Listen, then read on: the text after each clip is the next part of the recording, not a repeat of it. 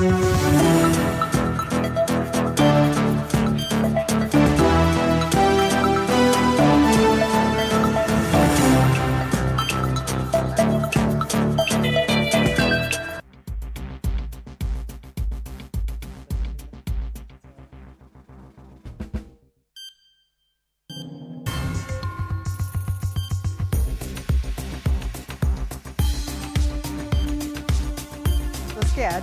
that, well, she was caught unawares. No, I am not. You know, I've not been gotten flat-footed.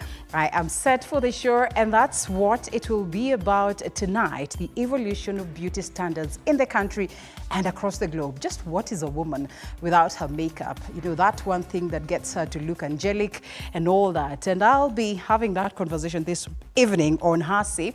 It's very, very important that we just get to understand, as beauty evolves, just how much are we understanding this space? Just how much are we making money out of it? But of importance, just how safe are we? We have Rose as well as Maureen, the ladies that are going to, you know, speak to us this evening. You can say hi to us, ladies. You're looking all lovely and glossy, you know. Thank you very much. Salimia watu. Hi guys, Rose here. I'm excited. Maureen. Hi guys, good evening. My name is Maureen Nyaga, and I'm happy to be here. All right, I'll be telling you more about these ladies, even as we discuss beauty on Hasi. We insist that a woman is everything, and even a man. It's interesting that in the world of beauty today, we see just how much the men are embracing that. So that's what we'll be discussing. We welcome you to be part and parcel of the conversation. The hashtag Hasi. I'll be looking at some of the numerous questions that will have dropped us as we continue with the broadcast. But first, the highlights.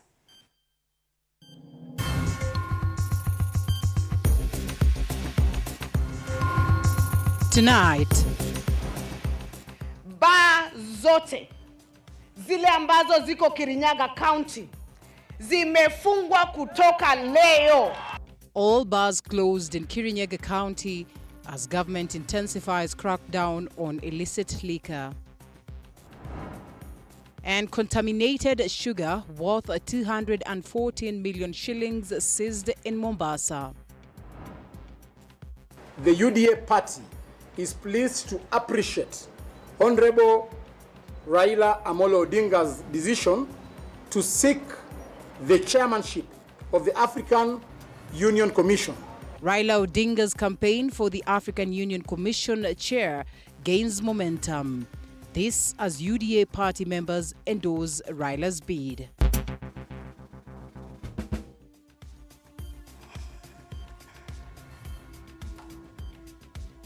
Welcome back to the broadcast, and TV47 Weekend Edition begins right now. The program has say, my name is Linda Alela.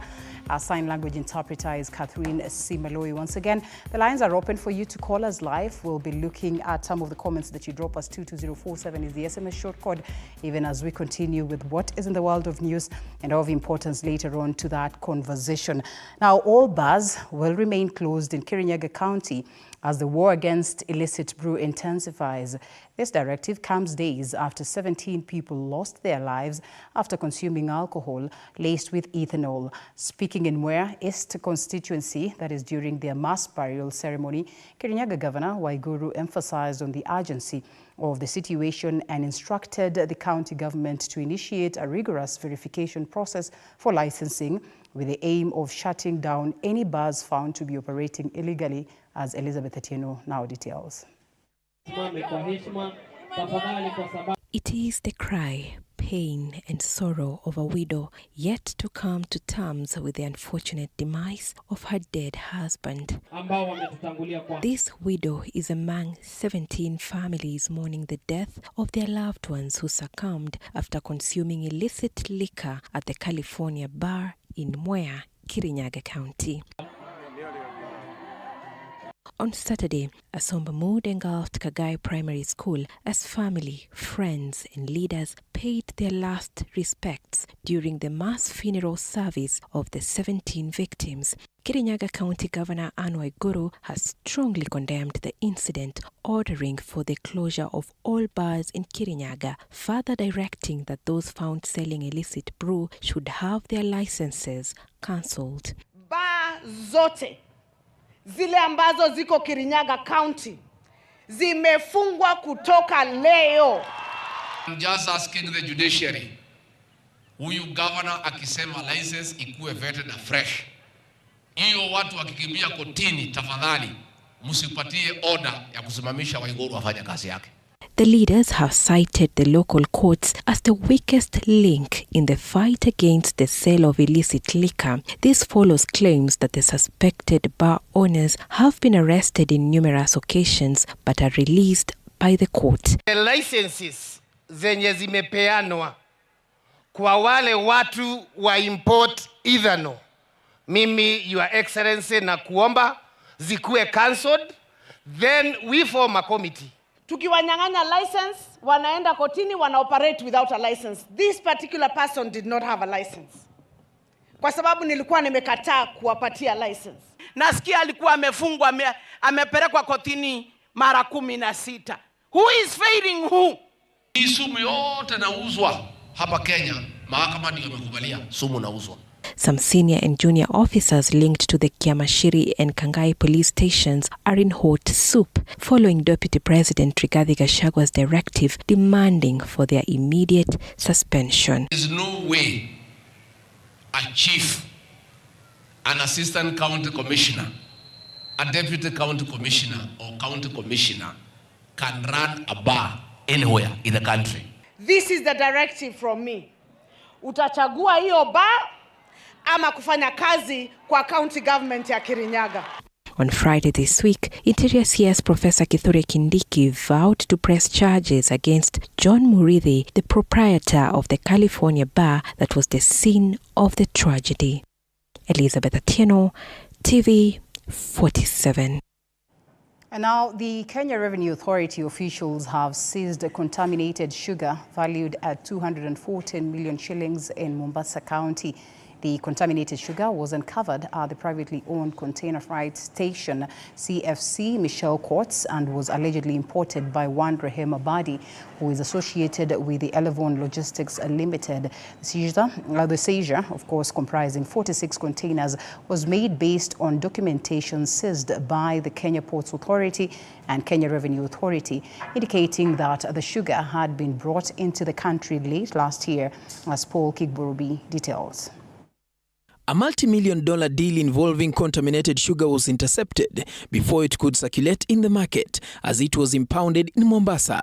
The contaminated sugar stored at a private cargo facility charge operated by Michelle Courts was imported by Rehema Badi, an employee of Michelle Courts under Elevon Logistics Limited. According to an invoice from Mauritius, the imported shipment comprised 1,112 metric tons of sugar, including 4,000 bags of Demerara sugar and 23,520 bags of light Muscovado sugar, totaling to 27,520 bags as per the pro forma invoice. The sugar arrived in Mombasa late last year. The shipper's insurer compensated the importer, and the sugar was said to be destroyed upon docking at Mombasa port after unloading the contaminated consignment. However, allegations surfaced that the importer bribed Kenya Ports Authority and other agency officials responsible for ensuring the sugar was destroyed. The shipment, transported by the Mediterranean shipping line, reportedly encountered water damage on the high seas. Despite the intended destruction, the importer Rehema Badi was allowed to offload the contaminated sugar at Michelle Court CFC, where she holds a senior position. Upon seizure, the importer declared the shipment on 9th of February 2024, paying 30 million shillings to customs and 6 million shillings to the Kenya Bureau of Standards KEBS to process the release of the entire consignment for the market. Queries have now emerged regarding who permitted the importer to offload sugar meant for destruction and why a tainted consignment was released to a private CFC where the importer is employed. Last year in May, 27 government officials attached to various state agencies were suspended from office over the disappearance of 20,000 bags of contaminated sugar that was suspected to have found its way into the market, despite being condemned and seized by the Kenya Bureau of Standards KEBS. Paul Kirobi, TV 47. And now the government has stepped up, its bid to ensure that they root out for Azimio leader Raila Odinga's bid for the African Union Commission chairmanship at home and in the African Union. At the African Union, Raila dispatched his team, led by former Ambassador Elkanah Odembo, to lobby for the post, which falls vacant in February next year. While President William Ruto's party, UDA, has for the first time endorsed a Raila candidacy for the AU post amid an anticipated Kenya Kwanza parliamentary group meeting to endorse the decision, as Azimio leaders for the first time admit change of guard in the wake of Raila's exit. Apollo Kamau with that. For the first time, President William Ruto's UDA party close ranks with the opposition by endorsing Azimio leader Raila Odinga for African Union Commission chairmanship. That we, the UDA party, UDA Secretary General Cleophas Malala, describing Odinga's immense experience as a Pan-Africanist and a champion of democracy as befitting for him to occupy the coveted post. That we, the UDA party, is pleased to appreciate Honorable Raila Amolo Odinga's decision to seek the chairmanship of the African Union Commission. The Right Honorable Odinga is undoubtedly an African luminary of unmatched capability.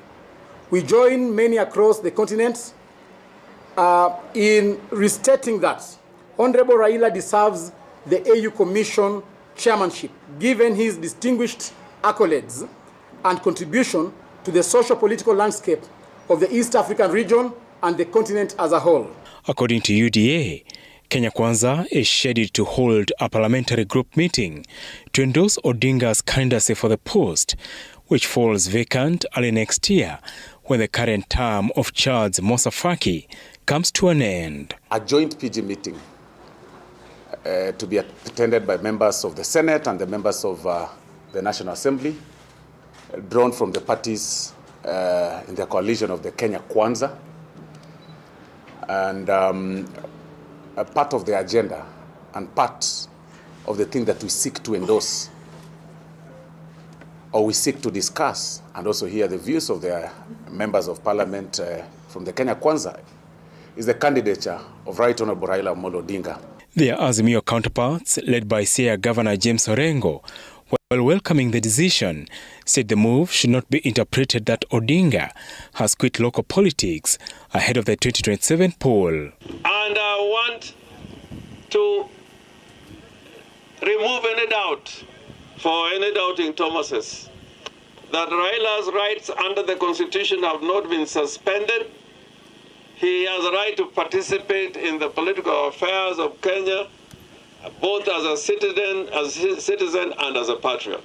Odinga's anticipated exit has jolted Azimio's succession, with a section of the principals supporting a Kalonzo Eugene ticket if Odinga heads to Addis. Mutamunga mkono aende akuwe rais wa marais, musaja wa masaja. Basi na ujue akisonga pia, si mnajua basi ametuachia nafasi. Mimi sitaki kujitangaza ati nitasimama nini. Wananchi wenyewe wameamua. Yes. Nikienda kila mahali Kenya hii Wajakoya. Hata nilipata kura zingine nyingi kushinda Ruto na Raila combined kule huko North Eastern. Msinione hivi. Lakini nikiwa na ndugu yangu Eugene, nitasema vitu viwili kwake. Eugene na Kalonzo Musyoka have got same characteristics. Ya kwanza ni wapole. Ya pili ni Wakristo. Ya tatu, Eugene hawezi kumtusi mtu wala Kalonzo. Hiyo ameniachia mimi. Mtajua sasa mambo ndio inaenda kuwa ngumu. Wacha mzee aenda apumzike. Sasa vijana tuanze kupambana na nyinyi. Kina Eugene Wamalwa, Kalonzo Musyoka, Profesa Wajakoya. Profesa Wajakoya, tuko na kina Munya. Sasa wananchi wa Kenya tuko tayari kuanza mapambano.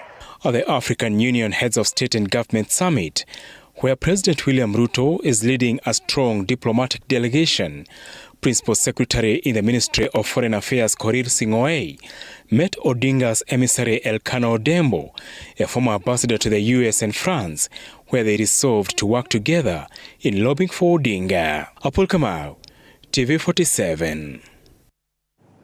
All right, thanks Apollo for that, and we are looking forward to see just how it pans out. Now, the Assembly of the African Union Heads of State and Government has appointed President William Ruto as the champion for institutional reform. The head of state will be tasked with providing political leadership in the implementation of the comprehensive institutional reform initiative that started in 2016. President Ruto takes over from President Paul Kagame of Rwanda, who previously held the position. President William Ruto has assumed the role of Africa Union champion for institutional reform. In this capacity, President Ruto will lead efforts to overhaul the structure, operations and priorities of the African Union Commission. For me, an opportunity to thank President Paul Kagame, who, with the rigor that we know of, has assured President Ruto, who has now been appointed to succeed him, for all the support in order to conclude this useful venture which is indispensable for our organization. This initiative, launched in 2016, aims to enhance the management of AU programs.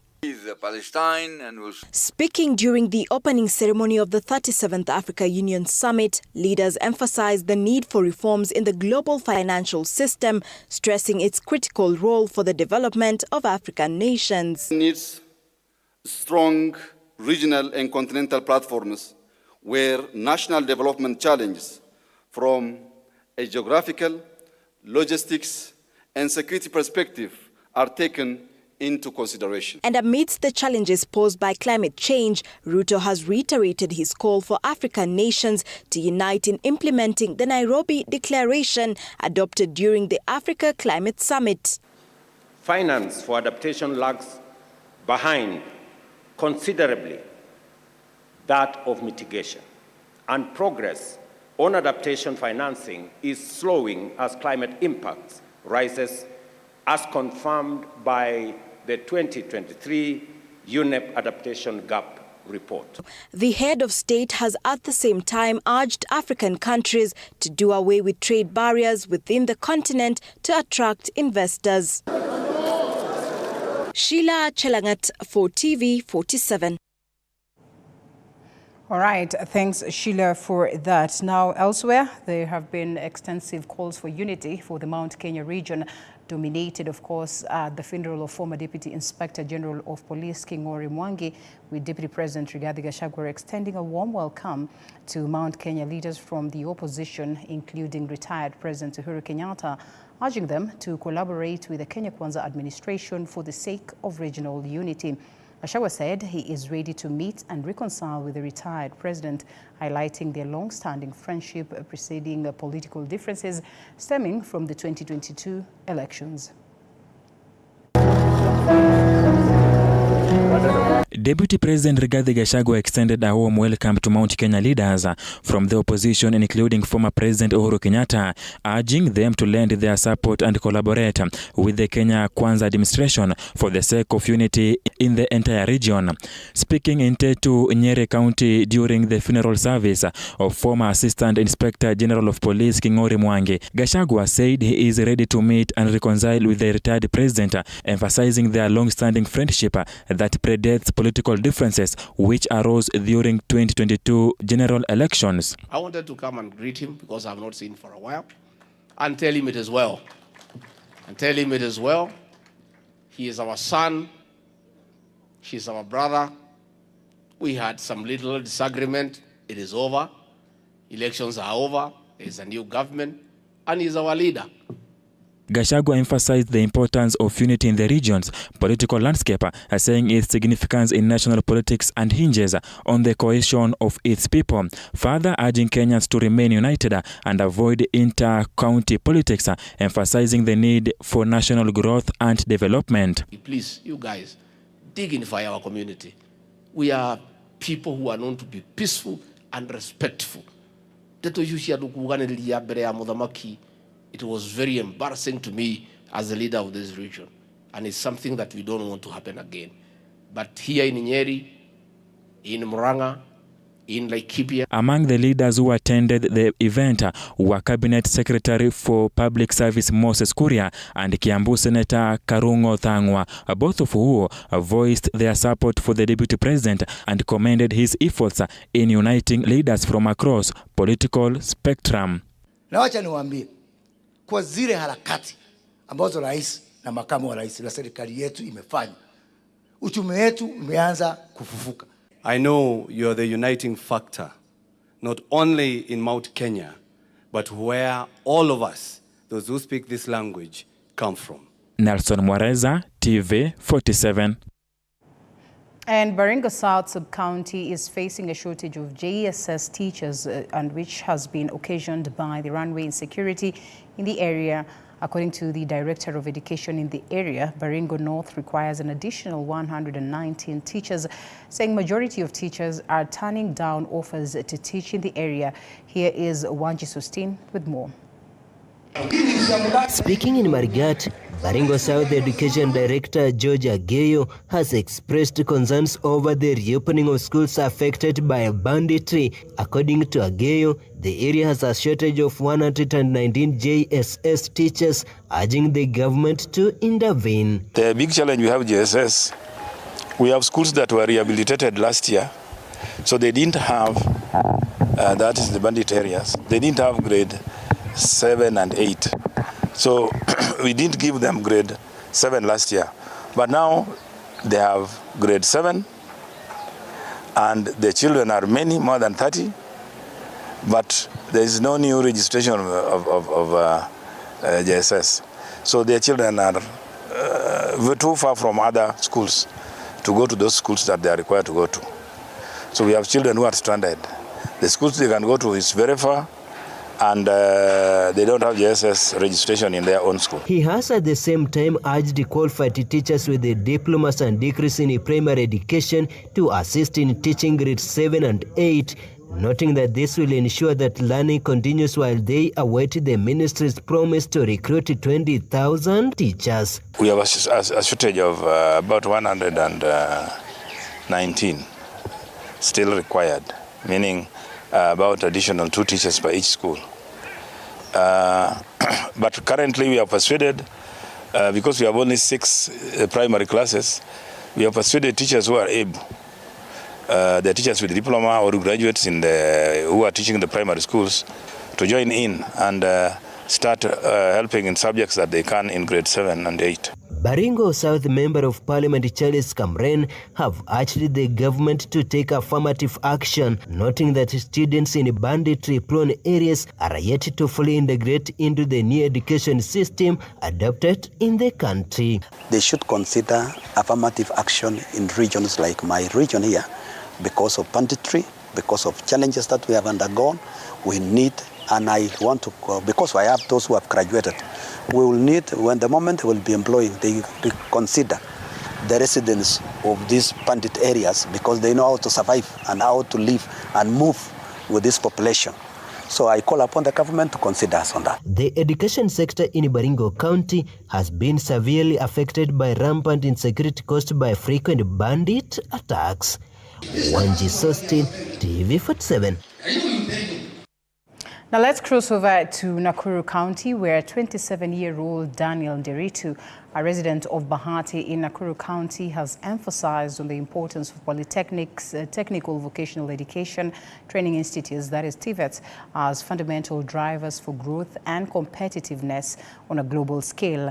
Nderitu has developed a prototype of a smart backpack that includes audiovisual capabilities to assist people with disabilities, particularly the deaf. Our reporter Chichi Josephine visited Nderitu and compiled the following report. From Nakuru CBD to Bahati constituency, a journey of approximately 21 kilometers. Here we meet 27-year-old inventor Daniel Nderitu, the great mind behind a number of innovations. This is my gadgets. This bag here is not just a normal backpack.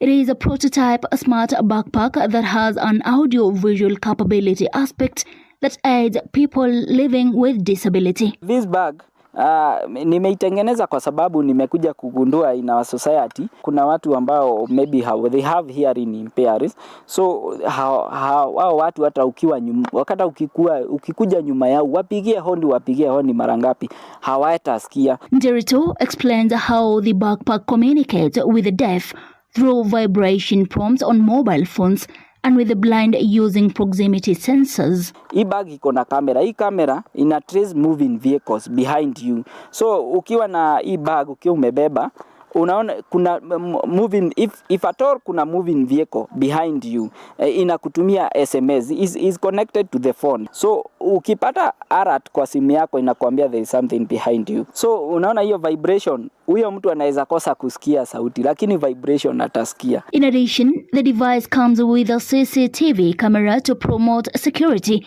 and has keypads that enable the user to key in any digits as well as a power switch. Hii bag pia ni security kwako, manake unapotembea barabara ukitaka kuview behind you wale watu ambao wako nyuma yako ni nini wanafanya, wewe unawaview tu kwa simu. Wao wanadhani tu hapa uko kwa simu ukiangalia nini, but wao ndio unawatch wako huko nyuma. He describes his smart backpack innovation as a wearable digital assistant designed to make life easier. Another thing with this bag is that hii bag ni trackable. Vitu zako haziwezi potea. So ukipata hii bag ikienda unaweza itrack na unaweza irudisha kwa haraka. He does not stop there.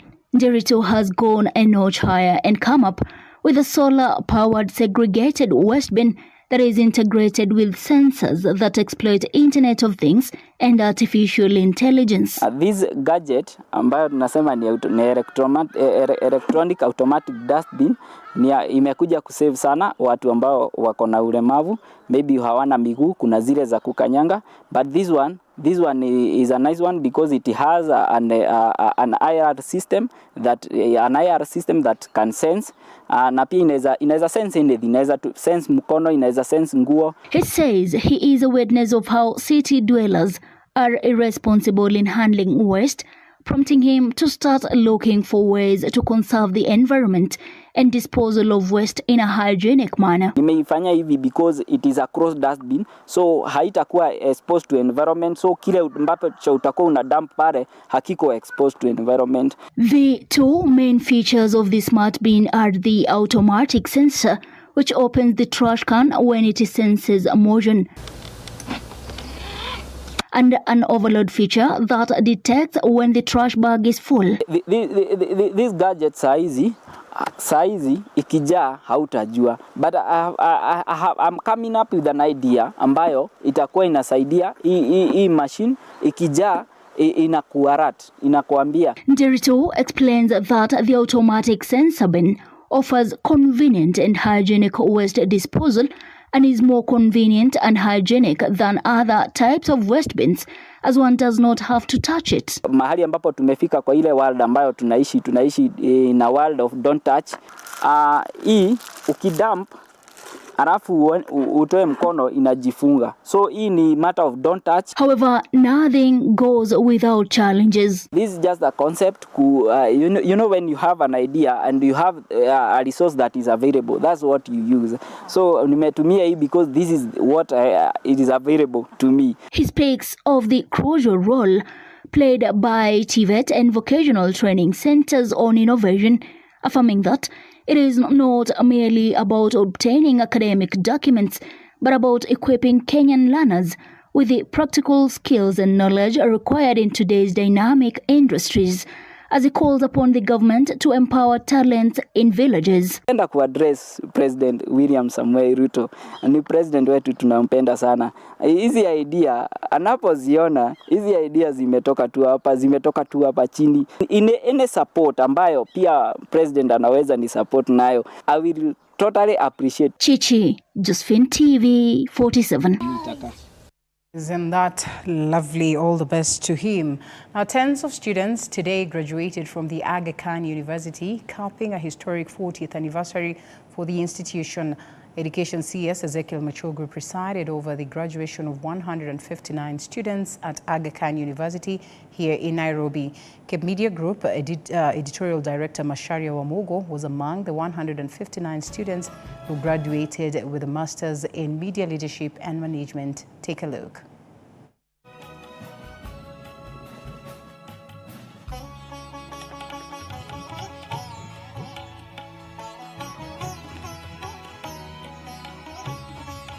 And indeed, you have made us proud as Kenyans. AKU is, of course, just one of countless investments that His Highness the Aga Khan has made in Kenya and its people. The institutions he has built in education, healthcare, finance, hospitality, media, manufacturing, infrastructure, and other fields are pillars of their industries and an integral part of our socio and economic fabric. AKU and its fellow agencies of the Aga Khan Development Network employ more than 15,000 Kenyans. Their services are utilized by millions of Kenyans every year.